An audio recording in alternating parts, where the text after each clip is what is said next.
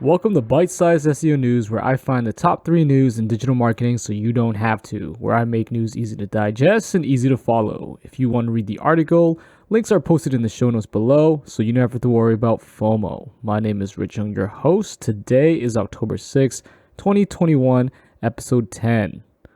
Coming up, fresh out of the oven are today's top 3 news you definitely don't want to miss. Story 1, Facebook changes business ad options. Story 2, Google Maps tracks global warming. Story 3, Google expands shopping searches with lens and in-store inventory checks. If you're ready, let's get into it.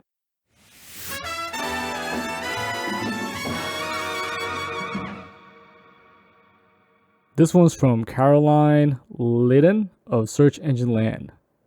The social networking giant has repeatedly argued that Apple's changes would impact small businesses that relied on Facebook ads to reach their customers, but it was not successful in getting any of Apple's changes halted. Instead, the market is shifting to a new era focused more on user privacy, where personalization and targeting are more of an opt-in experience, said Sarah Perez for TechCrunch.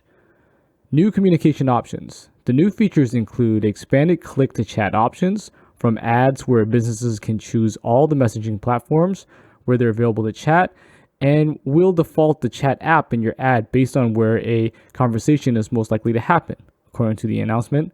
You can also start a WhatsApp chat from an Instagram profile, and the company will begin testing paid and organic tools to help small businesses find and qualify leads directly within the Instagram app, said Facebook. New communication options include a test to allow businesses to manage emails through Inbox and send remarketing emails from Facebook Business Suite. More sophisticated advertising tools. We're also introducing File Manager, a new feature that allows businesses to easily create, manage, and post content within Facebook Business Suite. Lastly, we're making post testing available in Facebook Business Suite to let businesses test and compare multiple versions of a post to see which one people are more likely to engage with, said Facebook. Why do we care? Facebook is expanding its advertising options, trying to make its business suites easier for businesses of all sizes to use, and developing other ways for businesses and customers to connect. While some SMBs may be suffering from the iOS change, these moves may be useful to help expand their social advertising and convert more leads via the channel. If this story appeals to you, you can read more about it in the show notes. Next story. This one's from Ron Adadeo of Ars Technica. If you're a social media marketer, you know Facebook isn't a fan of Apple's recent privacy changes. The social media giant recently announced some updates and new features to help business owners advertise on the platform in light of the loss of data from Apple. Google Maps is getting a few new features to help people better understand our burning planet. The first is a new fire layer in the main map view, which will let you view the exact boundaries of a wildfire just as easily as you can look up the current traffic patterns. Google has done fire information before as part of the crisis response website, but with the climate change making fire season a yearly occurrence in dry areas like Australia and the western US, wildfires will now be a top-level maps feature. Google says the new fire level will bring all of Google's wildfire information together in an easy interface. In the US, it will also pull in data from the National Interagency Fire Center, NIFC, and the company says it wants to expand fire detail with other government agencies, starting with Australia in the coming months. Wildfire boundaries should be updated on an hourly basis, and Google says you'll be able to tap on a fire to see information from local governments, like emergency websites, phone numbers for help and information, and evacuation details. When available, you can also see important details about the fire, such as its containment, how many acres have burned, and when all this information was last reported. Google also announced it's going to expand the tree canopy tool it launched in 2020. This Google Map tool combines Google's plethora of aerial imagery with computer vision AI to generate a map that shows tree cover in cities. Today's announced expansion will increase the tree canopy imagery from 15 cities to 100 cities worldwide. Google wants city planners to use the tree canopy tool to combat the phenomena of urban heat islands, where miles of asphalt and dearth of shade from trees can cause cities to be significantly hotter than the surrounding areas. Google says heat islands disproportionately impact lower income communities and contribute to a number of public health concerns, from poor air quality to dehydration. With tree canopy data, local governments have free access to insights about where to plant trees to increase shade, reduce heat, and mitigate these adverse effects. Google started the tree canopy tool in Los Angeles, and the company says the data has become a critical piece of the city's long-term goal to increase tree shade by at least 50% by 2018. The tool is also being used by officials in Louisville, Austin, Chicago, and Miami. Make sure to check out Ron's article for more information. Our final story for today, this one's by Antonio G. Di Benedetto of The Verge. Shopping online isn't always a convenience. If you enjoy window shopping or browsing curated collections at a brick and mortar store for inspiration, finding something online you don't yet know you want or are unaware of it is tricky if you start with a text search. Google is announcing new shopping search tools to try to alleviate this, with features that utilize Google Lens for finding products to buy from pictures online, broader search terms to help you browse clothing, and the ability to check in-store inventory from home.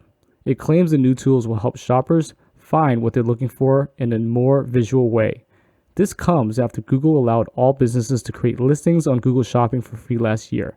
Now, it wants more window shopping to be done right from the search. Google Lens has been around since 2017, replacing Google Goggles that came before it. With the ability to use a smartphone camera to conduct visual searches based on the identification of objects found in the real world, those image searches have allowed users to learn more about the things around them, even finding the same or similar item to buy without looking for a label or barcode to scan. Now, Google wants to make it possible to shop for any product you see in an image or video on the web with nothing more than the picture itself. Soon, iOS users will have a new dedicated button in the Google app, allowing a Google Lens search of any image on a page to bring up Google Shopping listings for purchase through a visual match. The feature will also be coming to Chrome on the desktop. Google did not give specific dates for this feature launching on iOS or desktop, stating that it hopes to roll them out by the end of the year. There was no initial mention of it or when this feature may come to Android, but Google has clarified that it plans to extend this functionality to Android at a later date after the iOS and desktop versions.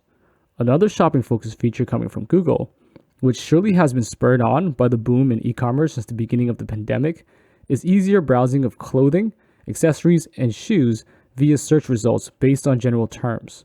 Google says that if you search for a generic article on mobile, for example, cropped jackets, you will see a visual feed of that type of clothing in a variety of colors and designs. There, visual results will be accompanied by relevant videos, style guides, or local shops that carry those styles. From there, you can filter your search further according to brand, style, or department. Check ratings and reviews or compare prices on the results that appeal to you most. Google calls this window shopping, which is one of the challenges of shopping for clothes online compared to going to a physical store to see what's on display. It claims the dataset is pulled from over 24 billion product listings. The new feature is available only on mobile and is usable right from the Google search beginning today. The third and final Google Shopping update allows users to remotely check in store inventory directly within a Google search. Shoppers searching for a product are able to filter by in stock. This selection should show nearby stores that have the item available. Google claims the new feature can help a small business attract new customers, though it remains to be seen how accurate it might be across a variety of retailers and how one might ensure a product is there for them once they arrive, particularly at small businesses that do not have the curbside or in-store pickup. Google has indicated that it does rely on data from the retailer to determine stock status and claims it will only indicate an item is in stock when there is high confidence. Otherwise, it may show limited stock. The new in-stock filter is available today across mobile web browsers and the Google app on both iOS and Android. If you'd like more info, you can check out Antonio's article in the show notes.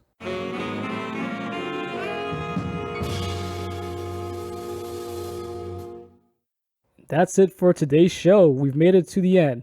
You're good to go and ready for the day. If you've enjoyed this podcast, please rate the show so it helps spread the news and I can continue doing what I do best, which is providing you the latest SEO news you just cannot miss. Served tapa style, making it easy on the stomach and on the go. Once again, I'm your host, Rich Ung, and I'll see you on